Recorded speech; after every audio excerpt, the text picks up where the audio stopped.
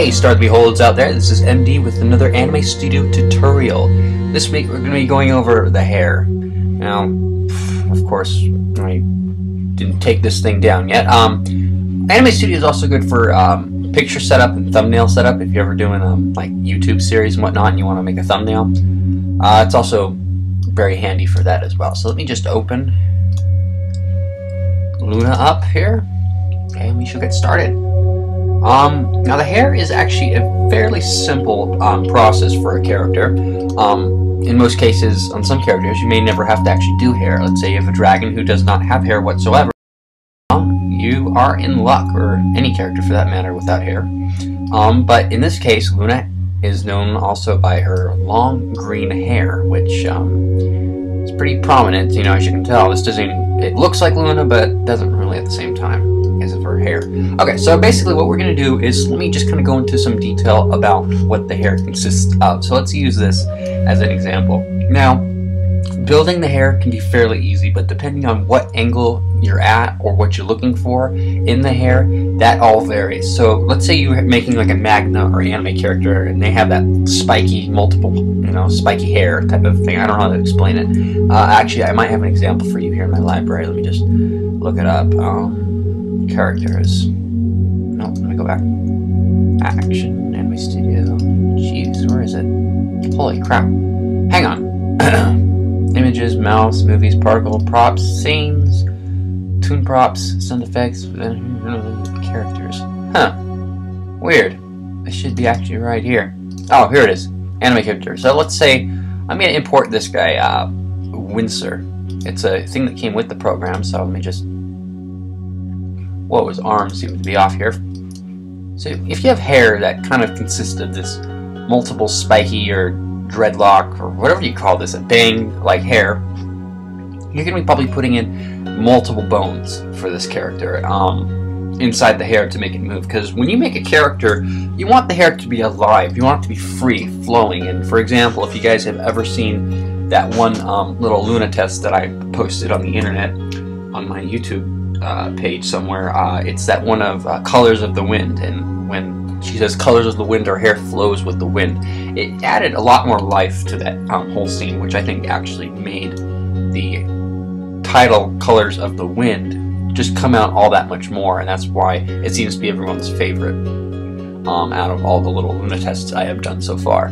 Okay, so let's get into some detail about what is consisted of this hair right here. Now the hair is broken down into 3 different pieces.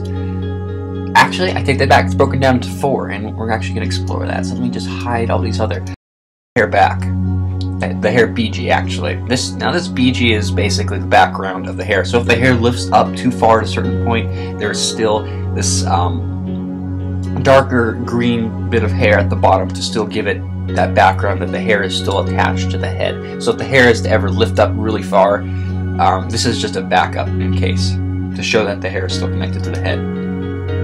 Now here you have the hair back, which basically consists of the main chunk of the hair. As you can see, I've got bones in here that are quite complex and intense. Now, as you can see, I have, like, let me close that out, that's annoying. I have 3 bones here.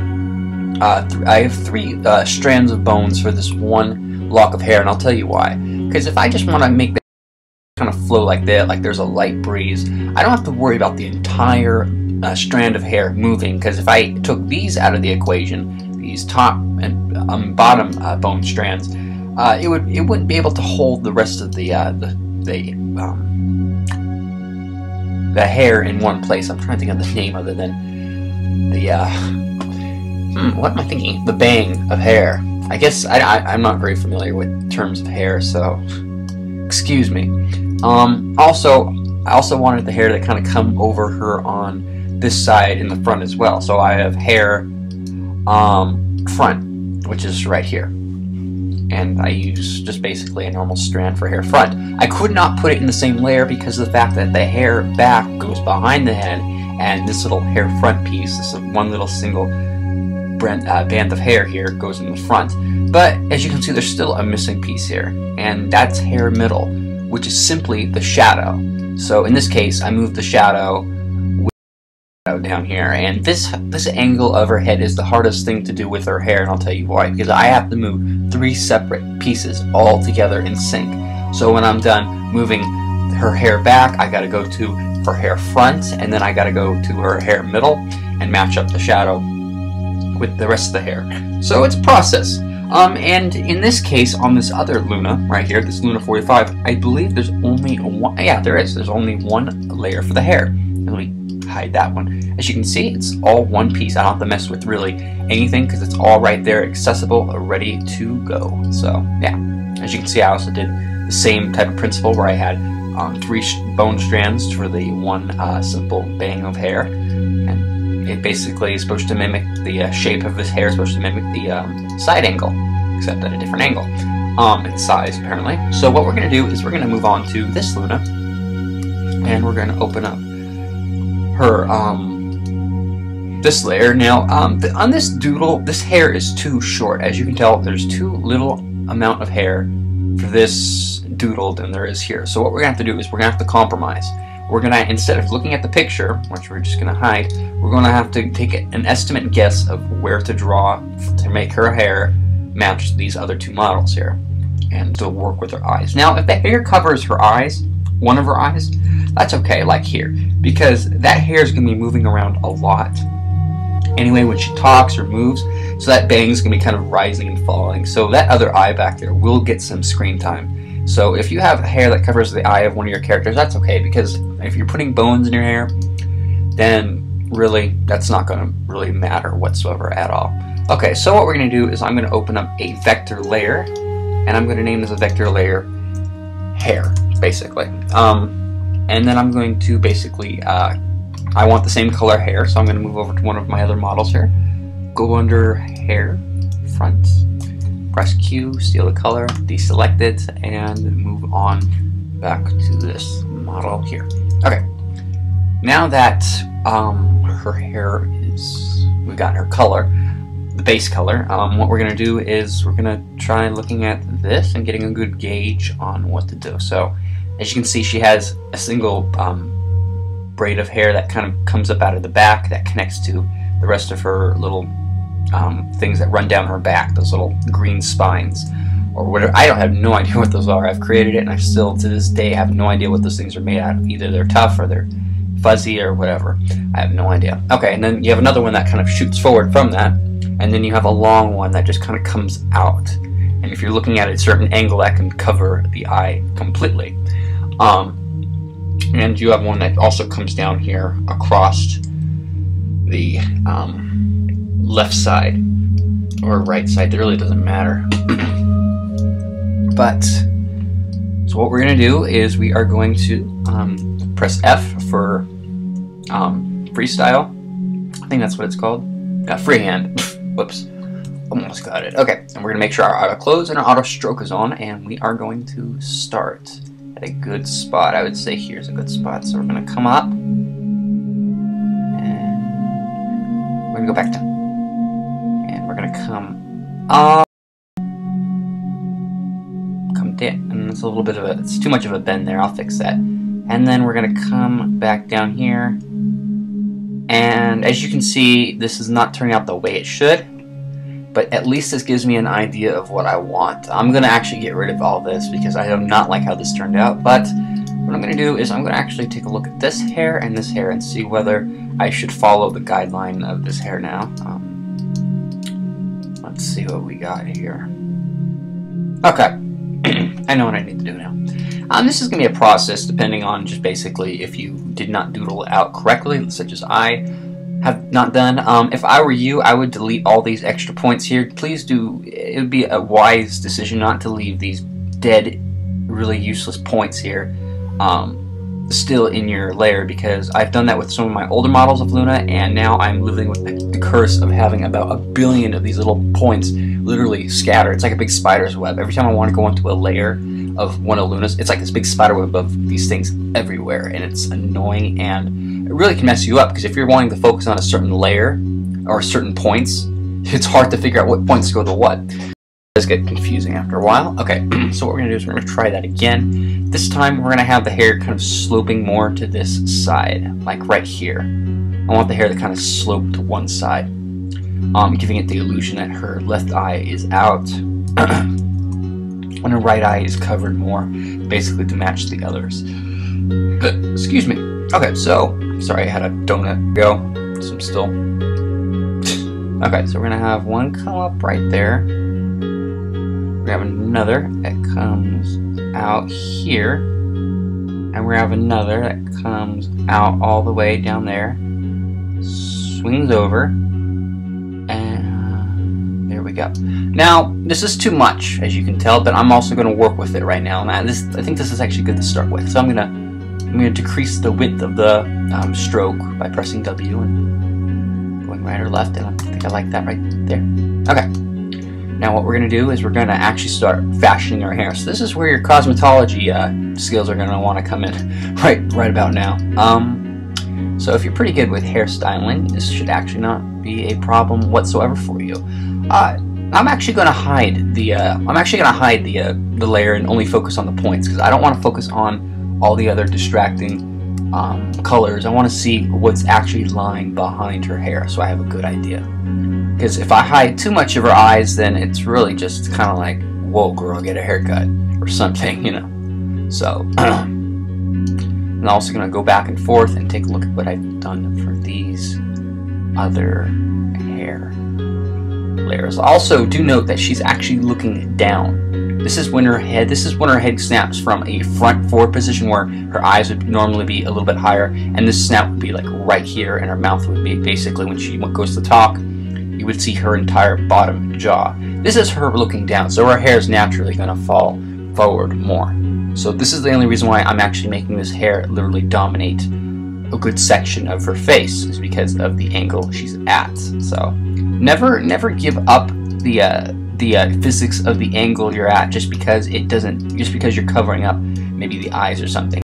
For that, it's always better to match the angle you're at than to basically give up altogether on your form of what you originally had planned, which was her to be looking down, and in that case her hair has to follow suit, which isn't all that bad actually. We're actually almost done. I just do not like this weird palm tree effect I have on this side. Okay, so we're gonna now work with her hair on this side, probably make it not as long. As you can see, it surpasses her snout when she's looking forward, and it surpasses her snout here. So we still have to keep in with that simple science of that this strand of hair surpasses her snout.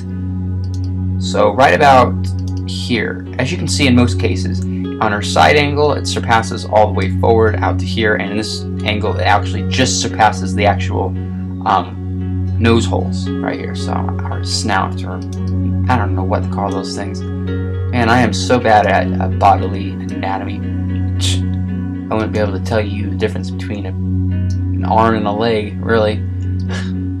I really hope I don't have to be taking classes on too much on body anatomy and probably not even get all that far in the class. Okay, so here we are. It just surpasses the snout, as you can see. It's actually a little bit less than the others, but since we're at this angle, I need to show some bit of her eyes. I mean, I can't completely block out her eyes here, so I'm also slightly reducing it. That may seem like I'm breaking my own rule, but it's good to make the decision of whether you want to keep something the absolute same size you have on all your other angles, or whether you should slightly change the size of it, because really, honestly, your audience is not going to know. Now, my audience knows now because they're watching me do this, and they're forever going to know, oh, that hair angle's a little bit more shorter than the rest. But really, if you were just watching this, you wouldn't even be able to tell the slight half-inch difference of the hair. But yeah, okay, so we're going to have this hair kind of come back into the head, and we're going to have this strand, which actually comes down to here. I actually went at the wrong angle, so I'm going to have to drag all these points back down so it can match the rest. And this is going to kind of slightly go over her eye. Luna, as you can tell, her new design, she has a lot more hair to her normally than her last one. As you can tell on her older angles, this girl barely had much hair on her at all for being a dragon. And you know, in most cases, whoops, let me undo that. In most cases, you know, dragons really don't have hair on their heads whatsoever. But since we're dealing with something that's more of a cartoon, and it needs to be more eye appealing and more attractive to look at because of story purposes, we gotta, you know, make do with what you got. Okay, so basically I'm going to bring back the hair, and I'm going to take a look at what I got now. Okay, now once again, I am actually not happy with what I got here again, so I'm also going to go back in and change what I've got again here. I want, as you can see, this comes out a bit more. I want this to actually rest up here a bit more, and this whole piece will follow suit. The parts I absolutely love are these two pieces right here. These two I'm still not really all that hot on. It looks great on her, but at the same time, it's making emo right now. I mean, I might as well just put black lipstick on her, change these to black, and then make her hair black. You know what I'm saying? And some little black eyeliner around her already prominent black eyelashes, I guess, you know? You know, I mean, I wonder what happens if I turn this girl emo. She actually might look pretty interesting. So, I might do that one day. I just might mess around with this and turn it emo temporarily. See what happens. Make a little cartoon of Luna being a total emo. You know? That actually might look cool on her. She actually has the look for being a pretty good-looking emo dragon. Other than the fact that she's extremely perky, so that probably wouldn't work personality-wise, but hey. It's never a bad thing to experiment every once in a while, as long as the experimentation is not going to destroy the image of the character too much, you know. That would actually not be a good thing. If you, like, whenever you have a character and you want to experiment with something, I would highly suggest you beware of your character's image, because your character's image can easily get destroyed or corrupted by making the bad decision and doing something with it. So, you know, like if you want to do adult stuff with a character like this, I mean, I could never do adult stuff with Luna, and I don't really want to either, because of one thing and one thing only: it will literally destroy her image. And that's something I do not want for this character, especially a character I have known since 4 years old. So, you know, that's something you just don't want to do. Okay, so there was a little morale there, a little morale lesson when it comes to taking care of your characters. Yeah, if you're ever gonna do that though, make a separate character, please. Yeah, for that type of stuff. So, here we are. This is better, as you can tell. I'm actually pulling away from it, covering her up so much. There we go. There we go. As you can see, she's starting to have a better look here. It's starting to sweep over to one side, which is actually, believe it or not, is way more feminine looking, which is actually the look I'm going for right now. Is a feminine look. Now, let's see, I can get this probably a little bit higher. There we go. Just pull this out. We are actually almost done with her hair. Believe that or not. Almost done. See, the hair is not a scary process. It's animating it that becomes tedious and time-consuming, but right now, actually, I'm very happy with the way her hair turned out. Now, the next step we're going to do is we're going to give in our hair shadows. And now, actually, right now, let me just go over something real quickly. Her hair actually managed to turn out to be one single layer. Yeah, you didn't have to do three, such as the hair side. Here, let me just press Q, steal the shadowed colored. Shadow color, by the way, is a soft edge, and I think it's 9, if I'm not correct. It's a blur radius of 9. So what we're going to do is we're going to kind of, we're going to take away our auto stroke. We're going to keep our auto closed, and I'm just going to kind of come through certain points and shadow them up. I'm also going to fix up what I sloppily drew in right here. Let me just make it a little bit lower, more shallow. So yeah. Oh, by the way, I guess they have The Hunger Games on Netflix, and I finally saw that movie. I mean, I should have seen that movie a lot sooner. I had a lot of people saying, "Oh, you seen Hunger Games?" And I'm like, no. Something it looked like a Twilight type of movie, and I just didn't look interested in it. But it actually wasn't too bad whatsoever. Although it looked like one of the actors was from Twilight. I've never seen Twilight.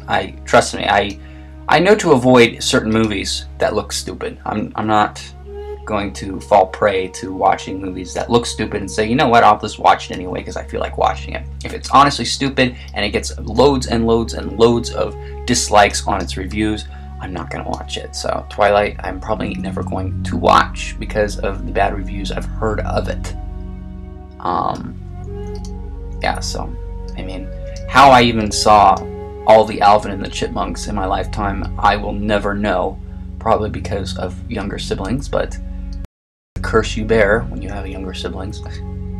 So I guess it's a curse and the blessing. You get to see what to avoid in life, what movies to avoid when you're older, so I guess that's it. So yeah, you know.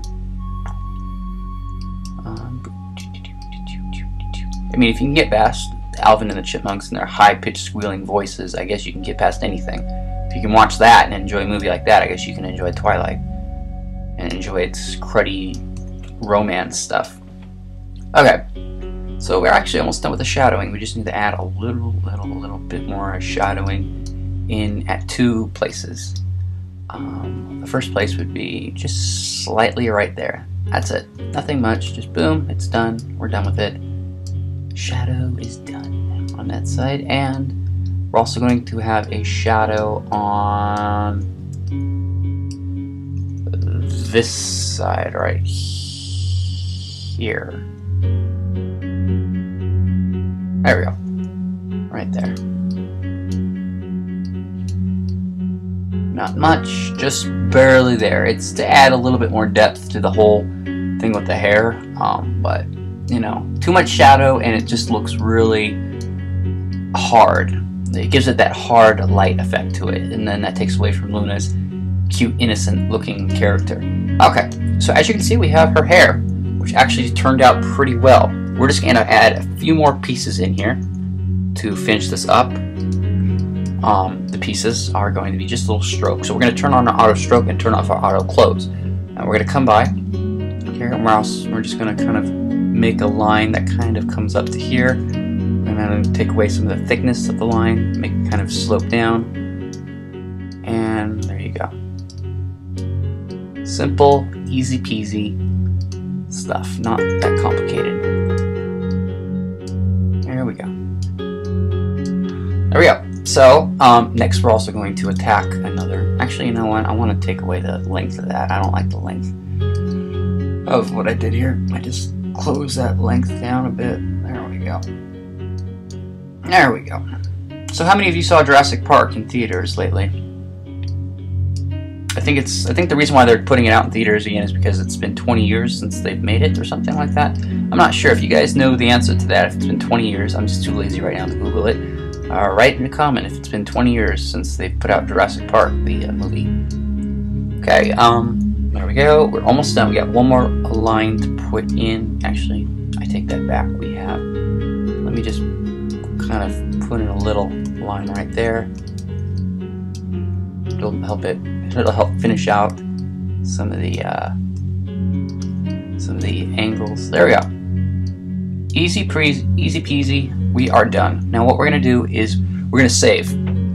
I can't stress to you how much you need to save once you're done with each step. I would actually save even more than I'm saving right now. But yeah, just remember to save. So we're gonna add a bone layer. We're gonna call this bone layer hair.